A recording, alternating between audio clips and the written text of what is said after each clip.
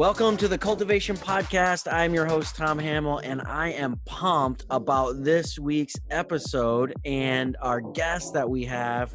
Incredible guy, incredibly talented. I have his bio and some of these things that he has won awards for, has talents in. I don't even know what they mean, but I'm sure that he'll explain them. So we have my good friend, Yaneck, and he's a photographer. He does portraits. He does headshots.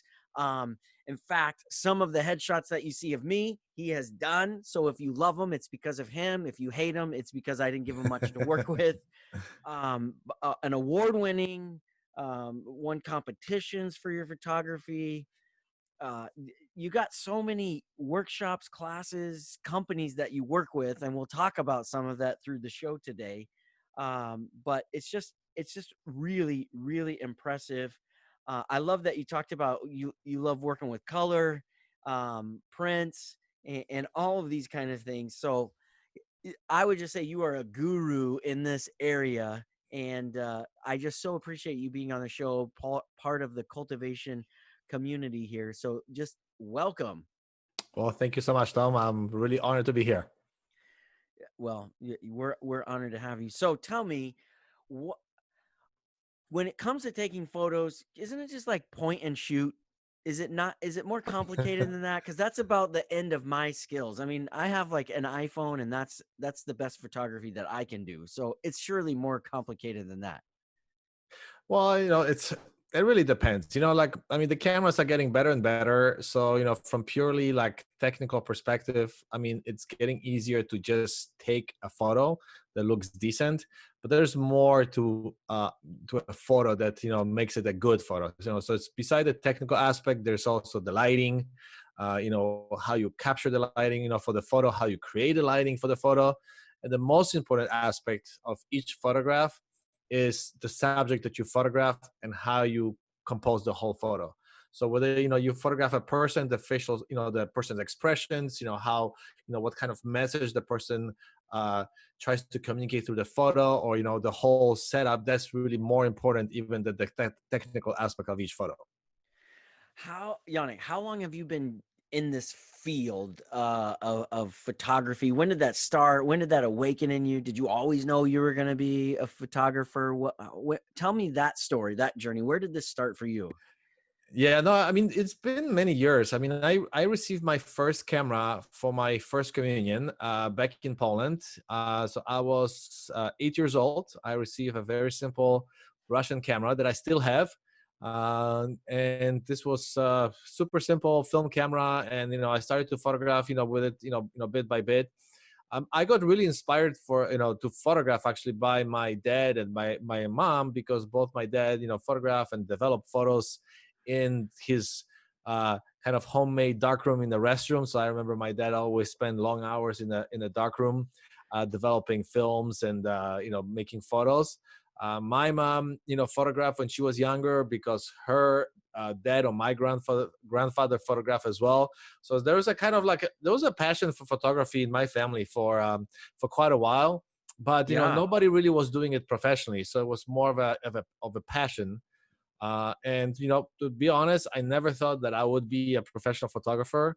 I continued photographing throughout the years, through high school, through college, and then as during my previous professional life. But there was always the passion, and never thought that I could actually do it as a profession. Yeah, I want to talk about something that you say there about a previous profession life. So you've indicated, and I know a little bit about this because we're friends, but you weren't always a photographer. You're really successful photographer now, multiple companies, different, again, with the weddings, the headshots, all the things that you offer, that you do. It's really incredible. So when did it go from being a passion to a profession? What did you have to let go of in order to pursue this? What did that look Mhm. like for you? Tell me that journey, that process. No, absolutely. So, in my previous professional life, I was, well, I started as a programmer, as a software programmer. So I was programming for many years. Then I moved throughout the ranks, and I was an architect, team lead. Then I became a project manager, program manager, a director. So, when I, finished my previous career, I was a director of delivery for one of the biggest consulting companies, Avanade, which is part of Accenture and Microsoft. So this is they just celebrated 20 years in business. Wow. So I was with them for a little bit over 12 years. And Okay. before that, I worked for Deloitte, which is another big consulting company. So this was my kind of previous career. So as you can imagine, I mean, that career was tough. It was to a certain degree rewarding, Yeah. and also it was super well paid. Sure. Okay. So the biggest, the biggest kind of step or the decision to switch to professional photography is, am I willing to sacrifice for at least a number of years the money that I was making? Because I mean the pay was really good. I mean the stress level was high, but they rewarded us really well. Sure. So I was living a very comfortable life. I didn't have to worry about money. And then I had to, like, okay, am I willing to do what I really love for a little bit less? So tell me that. Okay, tell me about this. And again, I look through no pun intended here, but looking through the lens of how I look at things. Um, how do you? So you're successful in one career. You you're not worrying about money. You're doing all of those things. Then okay, there's more than a financial sacrifice to it, and I'm again looking at this through my lens, but how do you go, hey, I made it over here. What's the fears, the insecurities that you kind of like, that self-talk of, do I have a good enough eye to sell that picture? Do I have, I mean, I'm sure that you probably um you had friends and family Mhm. friends that were like, yo, would you take pictures at my wedding? And so I'm sure there was some kind of a base, but was there any like self-doubt or things that you had to kind of conquer or overcome to say, you know what, let's try this thing out, and maybe I don't have an eye for photography, or maybe I don't have the it factor to be on the cover of a magazine or something of that nature, and Yeah. those kinds of things. I just imagine anytime I've tried something new, there is that self-talk, those insecurities that jump in. What did that look like for you as you had to kind of make that transition? I mean, I've been in, I've been professional photographing for 12 years now. And, the self doubt, or, am I not good enough? It's a continuous. It's not something that, I can completely put on the side. But there's always a second thought. You just have to, kind of go past this and, kind of believe in what you're doing. The way that I approach it, I didn't really like, jump from one job to another one. This was a process for me. So I've been photographing professionally for, as I mentioned, like 12 years. Hmm. But I finished my previous career, it's been 4 years. So for like around 7 years, I had practically dual careers. So I'll be working 40 to 60 hours in my daytime job, and then I will put another 20, 30 hours per week, for my into my photography business. And then I was like, okay, at what point do I say, do I want to go full throttle on photography and just give up my daytime job? Do I continue in parallel two jobs and Yeah. working 70 to 80 hours a week, which is was a little bit insane? Or I just give up photography as a business and just continue as a passion. So for me, the decision first, my first kind of threshold was, if I make 100,000 revenue on photography, that will be a good point that I can say, okay, I'm kind of like, I set up the business that maybe I can sustain a living, from that business. So after I kind of crossed that line of 100K, revenue, I say, okay, do I have a business here? Do I really want to pursue it? And then if I quit my daytime job, can I make it 200 or 300K revenue as my business? Yeah. So if I'm recapturing that, I love that strategy because you set some benchmarks, some goals, you work towards those goals, and then you allowed those goals to kind of take you on that journey. And I'm all about setting goals because I think our habits are what take dreams and turn them into goals. Yeah, Sometimes they're just a dream out there, but that dream becomes a nightmare because it's the dream we never pursued. And so then it exactly. haunts us of, well, Yeah. what if and what could have been, right? But then once that we move that goal, that dream, to goals, when we start building habits into moving us closer, and we're investing into ourselves, we're trying to grow, we're trying to gain really that knowledge to do that. Let me ask you this. You mentioned a lot of work hours that you put into that. Where did you find the grit, the strength, the determination to just keep pursuing that photography while you're still doing a 50, 60 hour job the other time? I mean, did you just not sleep? Was it all, Red Bulls and Rockstar energy drinks? Or but really, where would you attribute that grit that you were just like, just keep driving and keep pursuing? Because I see a lot of people that quit pursuing a dream, maybe because it's too hard or Mhm. it's too complicated or too many obstacles in the way. So what was that journey like for you? Well, for me, the main motivation is that, the work that I was doing for people as a photographer, I knew that has a lot of meaning, right? If you photograph a wedding or a family portrait, those photos have a lot of meaning to the people that I photograph. So to do my best to deliver the best photos, and to really put all my heart, it was not just my passion for photography, but it was also the passion to provide the best value to the clients that I had. And that really pushed me, hard to kind of step above, and kind of deliver more as a business. Because in photography, since it's to a certain degree, there's an art aspect to it, right? I mean, it's not just kind of like um you know math, you can just count or counting. I mean, there's a definitely some artistic aspect to it. But there's also, I would say, 60, maybe between 60 to 80% of being professional photographer. It's a really a sense of business. If you don't run this as a business, and just pure from the artistic perspective, you'll never be successful as a business. Yeah, So sure. that my previous job kind of helped me, to look at things from the business perspective, while I can also develop more artistic, aspect of it, and really create some, new art for people. Yeah, that's awesome. I love that passion. Clearly, you have the passion and the desire to have a good product and again serve the people that you're capturing stories and lifetime moments for. What what looks different than what you had imagined it would be? So if you go back to um 12 years ago and you start kind of pursuing the professional photography business career path, you're just at the beginning stages of it.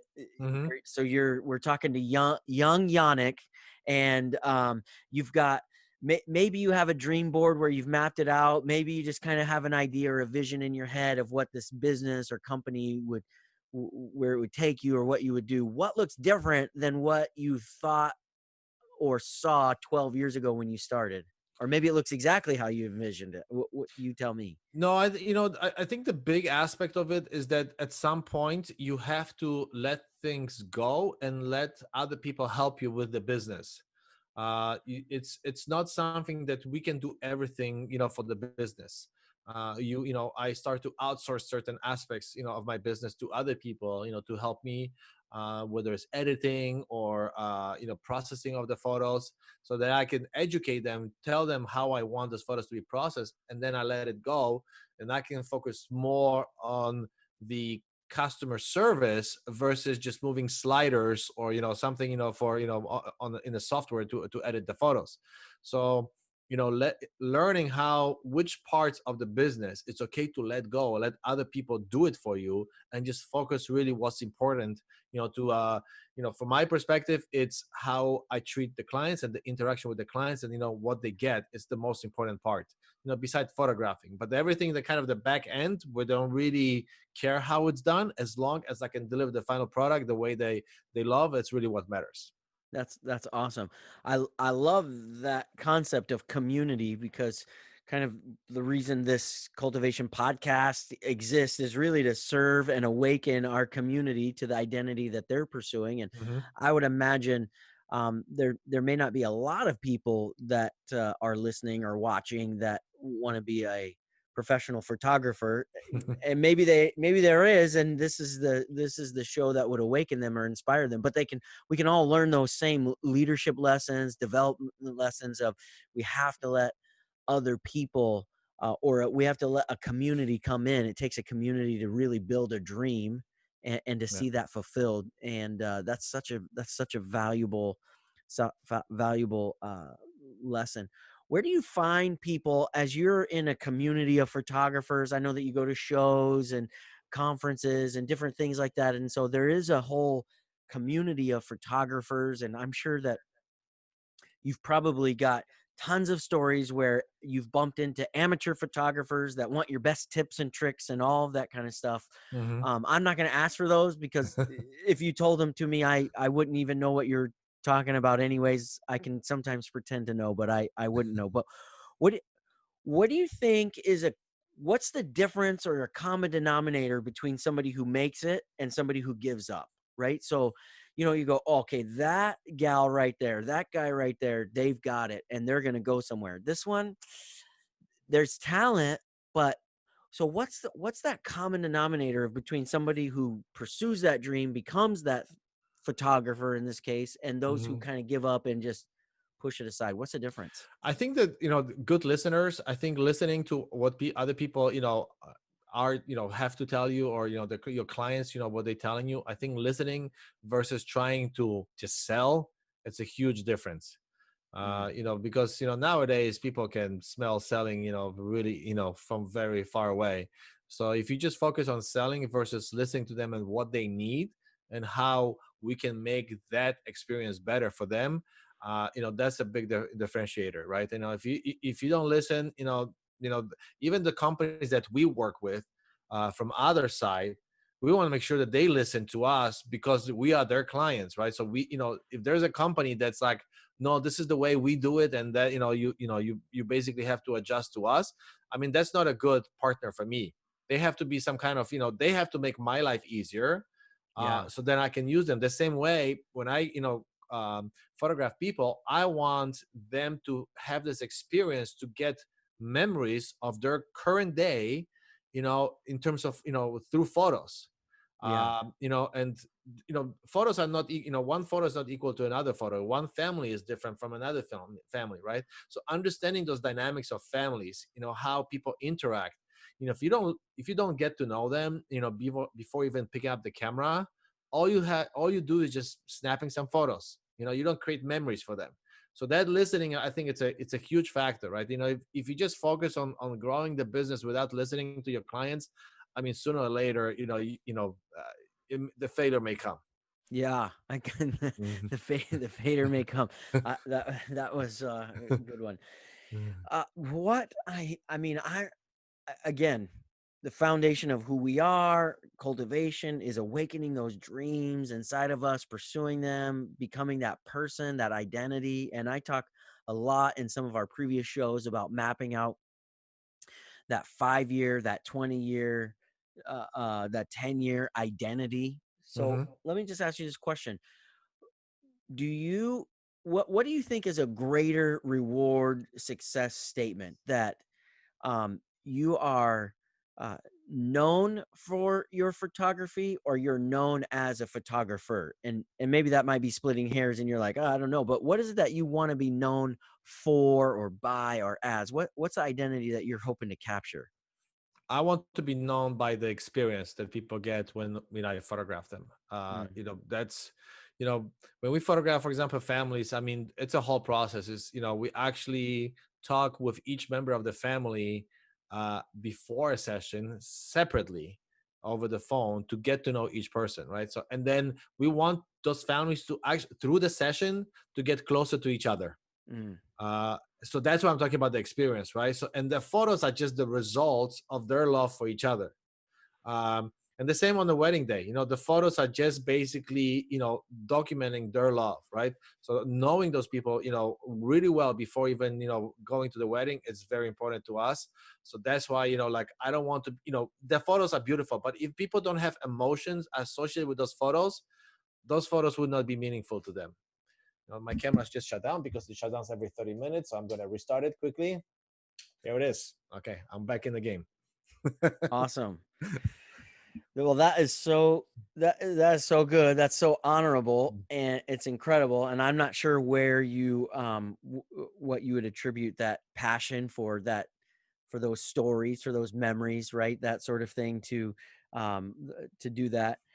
I still have just a few more questions, and again, my questions aren't even driven at the technical side of photography. And I know that there's tons of equipment. And before we even end the show today, we're going to let the audience know where to find you, where to book you. And, as I mentioned at the top of the show, I've used your services, your headshots. We haven't done it yet, but we've talked about our family stuff and just trying to find the right time and senior photos, all that stuff. I think we're doing your family photos on Friday, if I'm correct. You know what? The I think front yard. I heard that. I think I heard that. I haven't seen it on my calendar, but I heard that like in passing, that sort of thing. Yeah, But yeah. it's Yeah, it's speaking of very which, I mean, possible. one of the, sometimes a business, it doesn't always have to be for the money. So, for example, last weekend, as you know, we photographed like 30 something families in our neighborhood, in front of their houses. And we did it 100% for free, and, we just wanted to give to the community. So, as a business, we are part of the community, and, we did it the same for Halloween. We photograph all the kids in our community also, for free. And, so sometimes you just do it for fun and just to kind of, people have fun with photos. Sometimes, they just pay the sessions and you do it for the business. But, it has to be a mix, right? I mean, we're part of the community. And so, we take from the community, we give to the community. It's a real exchange. And, the more we are kind of part of it, the better is for the business as well. That's awesome. And I am a recipient of that, so I appreciate it. I wasn't dressed up for Halloween, but I went into the studio with the family and the kids, and they're probably on our Instagram feed somewhere. You can find them. But where do you? How much practice time doing photography have you done? Like, where do you hone your skills? Is it important to hone your skills? Do you stop growing? Do you stop learning? Or what does that rhythm look like for you? Obviously, you have a business. Mm-hmm. You're trying to grow a business, but at the same time, you're trying to grow you. So what is your self-growth with your skills, your talent? What does that look like? What's your rhythm? What's your cycle of doing that? What's that step look like? Well, yeah, so it's a never-ending learning process, and it's not just photography, but it's also how to connect with people, and it's also how to run the business. So it's I practically, as my wife Sasha can testify, I learn, or I continue to learn every single day.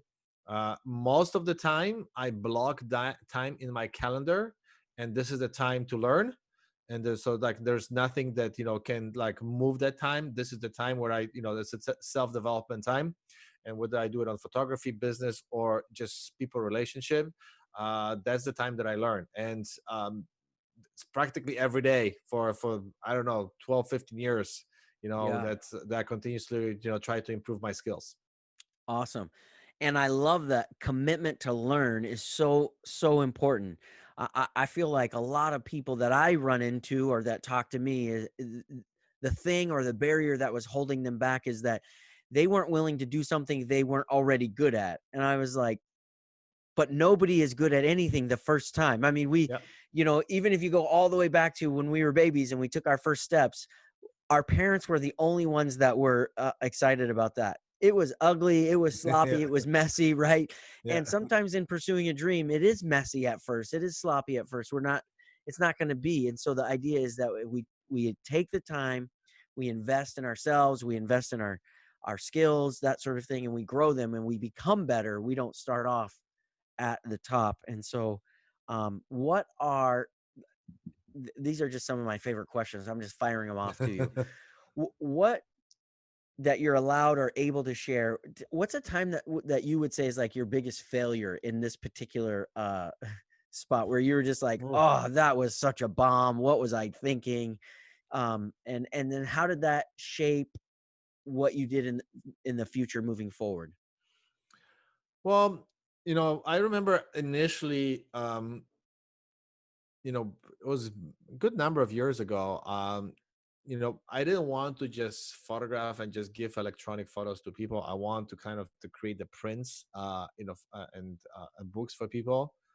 And I remember like I was trying to sell them on more the material or how it's printed and the paper and everything. And I didn't even have good samples of them. I was just telling them about it. And then I was surprised that really nobody was buying it. It's like, I'm like, I don't understand, there's such a good products, um, so, that lasted, quite a while. It's like, oh, at first I was like, I'm just going to give up. I don't think people really want to buy prints, and now I changed totally the approach. So it's more, as I mentioned before, the photos and the experience, the emotion associated with it, and then seeing the photos live. So you've been to our studio, so you've seen like how we show the prints on in our gallery. Um, it's much easier to envision those kind of prints to be on your walls where you can see them live, and then you can have a good experience with your session, than just me telling you, what, this is printed on some kind of printer that it's super duper the latest technology, and the paper is, I don't know, made out of cotton, and et cetera, so uh once people experience it and associate this, and then can see themselves, the kind of prints that they can get and the memories that will hang on the wall, of that time in their family lives. I think that it's basically, I don't even really have to sell. People just actually want those, those memories, and they want to cherish them. Yeah. And they do look incredible. They look like museum pieces that you're not allowed to touch, and all that kind of stuff. They look awesome. Um, uh, Incredible stuff. Okay, so here's just some kind of our last little segment. We're gonna shift gears a little bit here.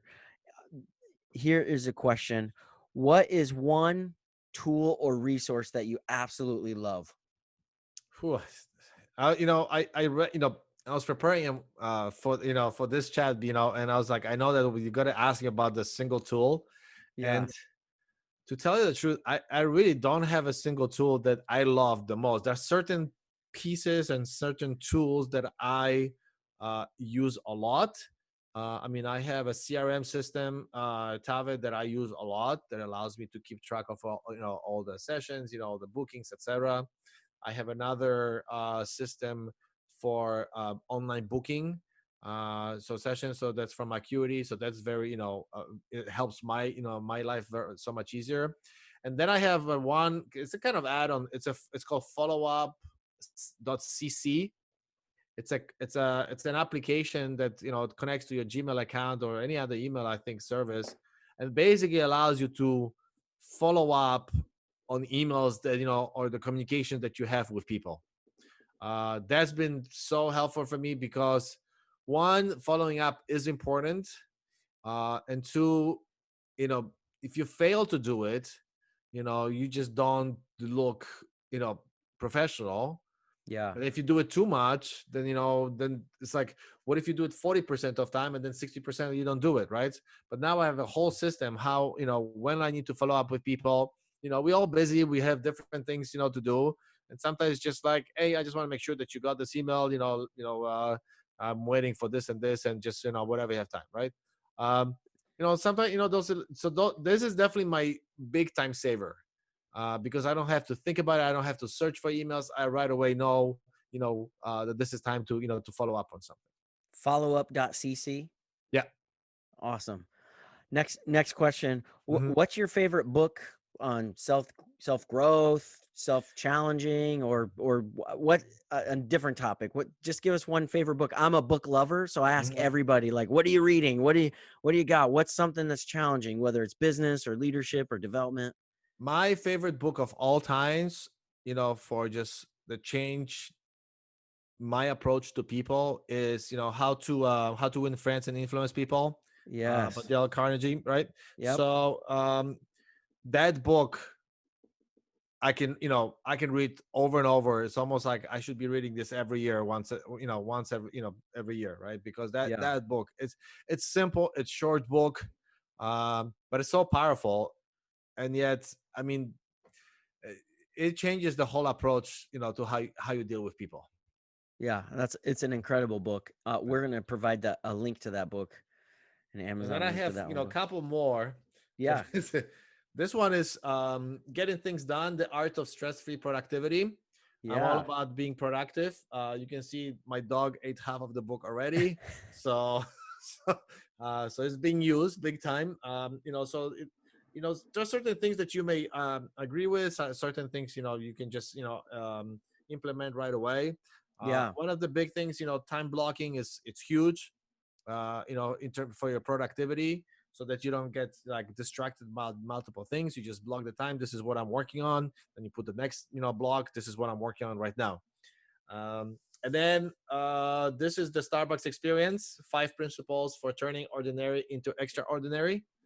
Fantastic book. Even if you're not a Starbucks client, it's a great book about how Starbucks is, trying at least to be more than just a business, but there's some kind of, uh, you know, community, and then also how they help their employees and how they help the people that their clients. So those are the kind of the 3 books that I can recommend. Awesome, awesome. Well, I am definitely a gold star member at Starbucks. I think the last time they sent something to me, they said you now have gold status until 2023. Oh wow. Uh, no, I'm making that up slightly, uh, but not terribly exaggerated. I can promise you that. But um, thanks for those recommendations. What do you do for fun? Well, so I have few things. Obviously my family, it's the most fun. So I have 2 little kids, right now, and they take a lot of our time. They are very cute, by the way. They are very pretty babies. I can tell you that They're much. fun. They're fun. Yeah. But then, I love riding my bicycle. So that I put my miles, on my bicycle, and also I love to ride my motorcycle. And I for motorcycles, actually, the farther away I go from people on my motorcycle, the better it is. Okay, So that's your stress reliever. yeah, so I go to like into desert, and I go into some off-roading, and basically, just basically where there's nobody around me. And then the last one is, and this is really how me my wife Sasha met, is sailing. So I love sailing. It's such a good way to connect with people. Yeah, I'm not racing when I sail. It's more for me time to spend together with people on the water, and basically have an activity together as a team. But at the same time, just relax and just have a good conversation. sure. That's great. So I know that you've got multiple businesses, social media. Tell our audience how can we find you? How can we connect with you? Where do you want to send us? I know you got a YouTube channel, you got social media. Give us the links. We'll put them in the show notes so that people can click on them and find them. But go ahead and tell us where can we connect with you? Where can we find? Well, the best way is always to, luckily, the way my first name is spelled, Yaneck. There's not too many people with my name, so that's easier. And then uh, some people think that my last name is Vasio, Wasio, but that's really just my nickname, my business nickname, and the kind of the name from the businesses that we have. But my last name is Wasiek, which is pronounced Vashik. So on YouTube, if you Google for Yaneck, I'm pretty sure you're gonna find me. Hmm. And then if you go Google Yaneck Wasiek or Yaneck Wasiek, everything will come up. Yeah, and I totally recommend that you find him, that you follow him, because one, you're going to see some incredible shots. But then two, on his YouTube channel specifically, there's some product reviews, there's tips and tricks on things to use, just all kinds of things on there that's really valuable. And you also get to see how funny his wife is, which is really cool. Yeah. Uh, she's a crack up. I love her. Yeah, we just But actually finished. We were shooting a video today of another product review, and then I was photographing Sasha today for her 30th birthday session. So we have some new portraits of Sasha coming up, and they'll be part of the video as well. awesome, awesome. Well, we'll be sure to check that out. So that is our show for today. Thank you for being a part of the Cultivation Podcast. Be sure to hit the subscribe button, the like button, share button, as we are trying to expand our audience and get the idea of growing ourselves and awakening dreams and becoming that person that we were always meant to be. We would love for your comments in the feed. We read those, we respond to those. Also, you can go get books that we recommend. You can get our other shows if you go to ourcultivatedlives.com. That's ourcultivatedlives.com. That's where we have all of our tools, resources, and lots of other things. Check us out there. Otherwise, have a great week.